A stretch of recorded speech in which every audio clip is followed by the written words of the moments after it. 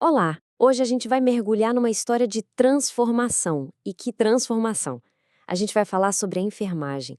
Como é que uma prática que era baseada na intuição, no dever, evoluiu para se tornar uma ciência rigorosa, uma profissão essencial que a gente conhece hoje. A pergunta que vai guiar a gente nessa conversa é exatamente essa. Como é que o ato de cuidar, uma coisa tão antiga, tão humana, se tornou uma disciplina científica, com método, com regras, com todo um corpo de conhecimento por trás? E para entender bem essa jornada, olha só que interessante comparar os dois extremos. De um lado, o cuidado lá no início, empírico, doméstico, quase uma vocação. Do outro, a enfermagem de hoje, científica, profissional e super regulamentada. A história que a gente vai contar é justamente o caminho entre esses dois pontos. Então, nosso roteiro vai ser o seguinte: a gente começa lá na aurora do cuidado, depois avança para a revolução causada por uma figura icônica, aterrissa aqui no Brasil para conhecer as pioneiras, mergulha na prática científica de hoje e, por fim, tenta entender o que continua sendo a essência da profissão. Vamos voltar bastante no tempo. Lá no começo, a enfermagem não era uma profissão como a gente pensa hoje. Era, na verdade, uma arte empírica, um ato de cuidado informal, totalmente ligado à vida doméstica. Nessa época, o cuidado era visto basicamente como uma tarefa feminina, feita por mães, esposas ou por religiosas. E o foco muitas vezes nem era curar o corpo, mas sim salvar a alma. Tudo isso acontecia em lugares bem insalubres, com práticas baseadas só na experiência mesmo, que iam passando de geração em geração, sem método científico nenhum. E isso tudo nos leva a um ponto de virada, um momento chave, e a pessoa que se tornou o grande símbolo dessa mudança toda: Florence Nightingale. Os cenários dessa revolução eram um caos completo. Imagina só, nos hospitais militares da Guerra da Crimeia, um soldado tinha 7 vezes mais chance de morrer de uma doença infecciosa do que por um ferimento da batalha. O lugar que era para curar, na verdade, era o maior inimigo. O resultado disso? Uma taxa de mortalidade de quase 43%. Esse número não mostra só o tamanho da crise, ele revela uma catástrofe sanitária que precisava de uma solução, e para ontem. A ideia revolucionária da Nightingale não foi um remédio novo, mas sim uma filosofia nova. A teoria ambientalista que defendia que a cura dependia, antes de tudo, de um ambiente saudável. Sabe, o foco mudou. Em vez de só tratar a doença, a ideia era criar condições para o próprio corpo se recuperar. E a solução veio com coisas que hoje parecem óbvias, mas que na época foram uma revolução. Coisas como higiene, limpeza, ventilação, uma boa nutrição e, o mais importante de tudo, coletar e analisar dados para provar o que funcionava. Pela primeira vez, o método científico estava sendo aplicado de verdade ao cuidado. E o resultado? Em só 6 meses, a mortalidade despencou, de quase 43% para 2,2%.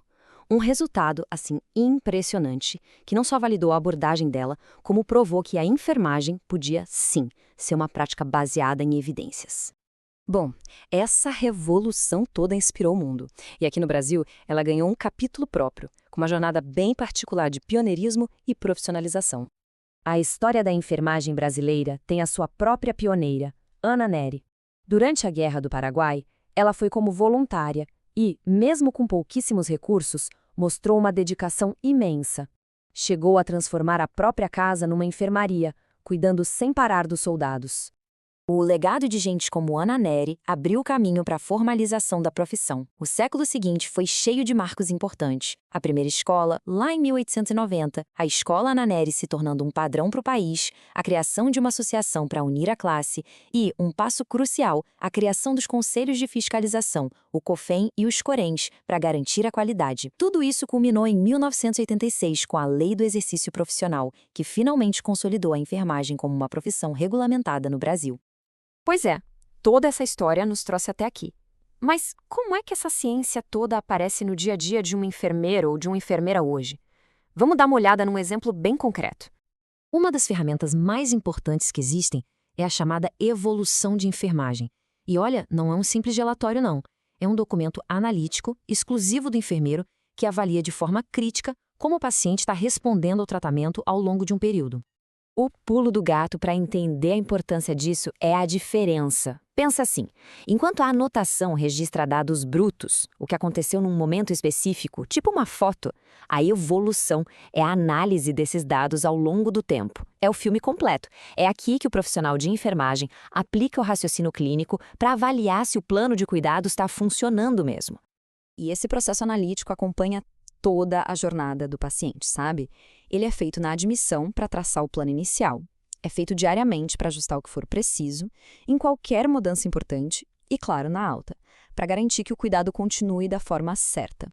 Então, o ponto crucial aqui é que isso vai muito além de ser só papelada. É um documento com valor legal. Ele garante a responsabilidade profissional, permite que as equipes se comuniquem direito e, o mais importante, torna visível a ciência que existe por trás do ato de cuidar.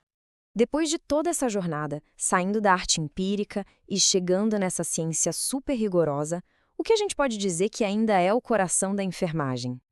Olha, essa frase resume tudo de uma forma perfeita. A precisão técnica, a documentação rigorosa, nada disso é um fim em si mesmo. Na verdade, tudo isso é a manifestação do preparo, da competência e da qualidade do profissional no ato fundamental, que é cuidar de alguém. E isso tudo deixa a gente com uma reflexão, né? A gente viu uma evolução extraordinária, mas a história não para por aqui. Qual será o próximo capítulo na história da ciência do cuidado? Como é que a tecnologia, a complexidade cada vez maior da saúde, como tudo isso vai continuar moldando essa que é, sem dúvida, uma das profissões mais essenciais que existem?